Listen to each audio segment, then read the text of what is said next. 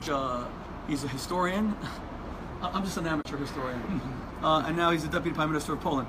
And we've had a very interesting conversation that I wanted to share in part with our audience, because I thought it was very substantive, very candid, and it addressed some of the important issues between the world Jewish community in Israel and Poland.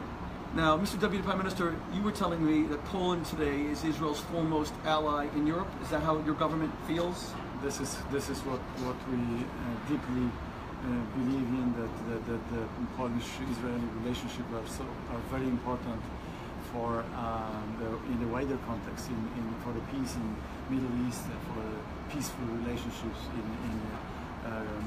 in Europe as well. And of course, we are very good friends to the Israeli state, but also we are very good friends for all the Jewish communities all around the world. We feel that we are actually obliged to rebuild good history between Poles and Jews, which was so brutally and dramatically stopped on this day 8 years ago, and the history was developing for several hundred years.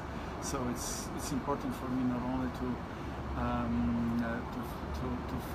understand the history of what has happened before and during the Second World War between our nations, and what Germans did to Jews and to Poles. And they have changed the history of Jews, and they have completely eliminated Jewish nation, Polish Jewish nation from earth.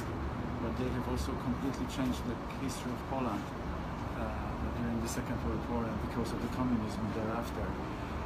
But today we have to also think about how to deal with some prejudice and some thinking about our relationship, which is not really in line with what has happened. And we have to build as many connections between the Jewish nation here in America and the Jewish and the Polish people.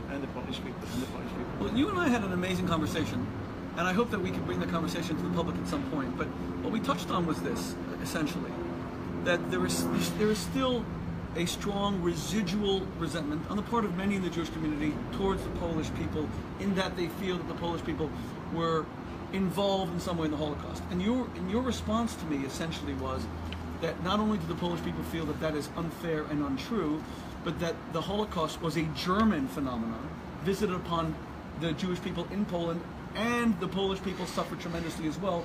So why are the Polish people being held accountable? And you feel that there are people in Poland who are confused as to why there would be any kind of hostility. Is that a fair assessment? That's a fair summation. Yes. And my response to that was that a lot of Jews looked at Polish Jewish history and they said, well, there was a history of pogroms and a history of anti-Semitism. And I think your response was there was also a history of a flourishing community that was invited in. And much more of this. Of a flourishing community. Of the flourishing. And you feel that story has not been told sufficiently? Not been told, and we have a fantastic museum, Polin, in Warsaw. It is a fantastic museum. Yes, yeah, to which everybody is invited, of course. And this tells the story of several hundred years of living together in a very peaceful combination, which has never happened anywhere in other countries in Europe. And from all the other countries, Jews were expelled every now and again, and this has not happened in Poland virtually. And eventually, what happened during the Second World War changed completely everything. And because of the German narrative post-war, now many people think that maybe this is Nazis from cosmos, from the space, who came and who changed this. So you feel the history. You feel there's an ongoing German narrative even today. Oh, absolutely. So in the German press, Germany was not responsible for the Holocaust. It was the Nazis. It was almost a small segment. Plus the Polish concentration camps, as if Poland existed during the Second. Not only did not exist, but this has suffered alongside the Jewish nation. So Poland takes great exception, perhaps even offense by that terminology, Polish concentration camps? Huge offense. I think it's so You think they should be called German unjust. concentration camps? Of German course, Nazi because they were German concentration camps, yes. Do you feel that so we were talking about how do we get past this? Jews come in large number today to Poland, but not to see a thriving Jewish community in Poland or to see a thriving Polish nation. They come to see a giant Jewish cemetery, which is Treblinka, Auschwitz-Birkenau, Majdanek, etc. How do we change it? How do we forge a new future of Jews looking to Poland as a place where many of their ancestors are from, where there was hundreds of years of Jewish history, which produced some of history's greatest Jewish scholars? Yeah. Is your government interested in building that future with the Jewish people? Our government is extremely interested in building this second dimension, this second leg, because the first dimension is extremely important. That this has to be continued. Of course, all the places, Belzec, Sobibór, and the others, they have to be visited, and there has to be this has to be always present in our hearts and minds forever.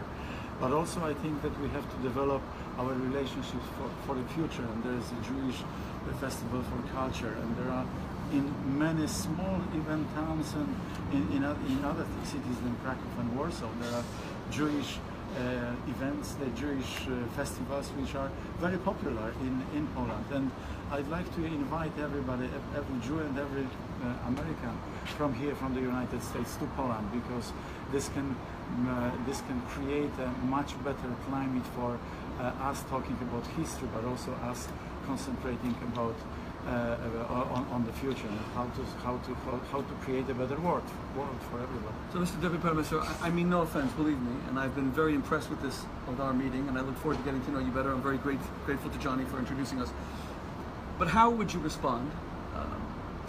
And I've apologized ahead of time to say the famous quotation from one of the Israeli Prime Ministers, Yitzhak Shamir, that the Polish people drinking anti-Semitism from their mother's breast. Is that an accurate quotation? How would you respond to something like that? I would bring all the facts and figures and all the hundreds of years of our history to just to falsify this, to show that this is complete nonsense. And in every nation there are good people and bad people. It was very unfortunate that during the Second World War and before that, in the German nation there were so many bad people. Probably the majority of all the people were bad people. But in Poland we have lots of interest in Jewish culture, in Polish Jewish culture. There was a language which is no longer in existence, and my friends are trying to learn this language. I mean Yiddish. And there's a resurgence of interest in the Jewish community on the part of non-Jews in Poland. I saw it myself. I saw 10,000 non-Jews in Krakow at the Polish Jewish Festival, and I spoke there. So you think that's you would say you feel not only is it not true, but it's unfair. That characterization. Yeah, you think it offends the Polish people? It does, absolutely, yes.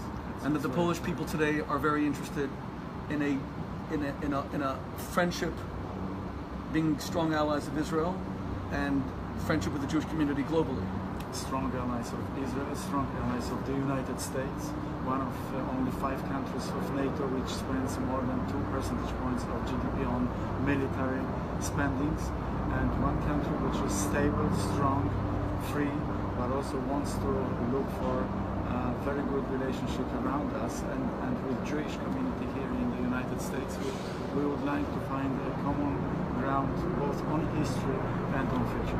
Well, I was at President Trump's speech in Warsaw. I was very impressed that the President was there. I was honored to be a part of it, because after seeing all the horrors that were visited by the Einsatzgruppen and the German army and the Nazis on the Jewish people, to see the President of the United States, leader of the free world, suddenly arrive in your country was it gave us a feeling of, thank God, there's a close friendship there. Let me just finally say, I visited Poland recently. I went to places that were very painful for the Jewish community. I will absolutely say that we were treated with warmth and friendship by all the Polish citizens we encountered. At the Polish Jewish Festival, we encountered thousands of people who want to know so much about this almost vanished nation that was once such an integral part of Jewish history. And I do hope that we will forge far stronger ties, deeper friendship with the American Jewish community, Israel. I think that you can be a very important bridge. I think that you're a man of eloquence, and I think that you have great candor in being prepared to address some of these difficult issues that we often sweep under the rug. And I thank you for this conversation. And I wish you a safe trip back to Poland. I look forward to visiting you in your country again. And since my grandfather's from Lomża, I look forward to getting to know so much more about our own roots in Poland, God willing. Thank you, Mr. Thank you very much. God bless you. Thank you.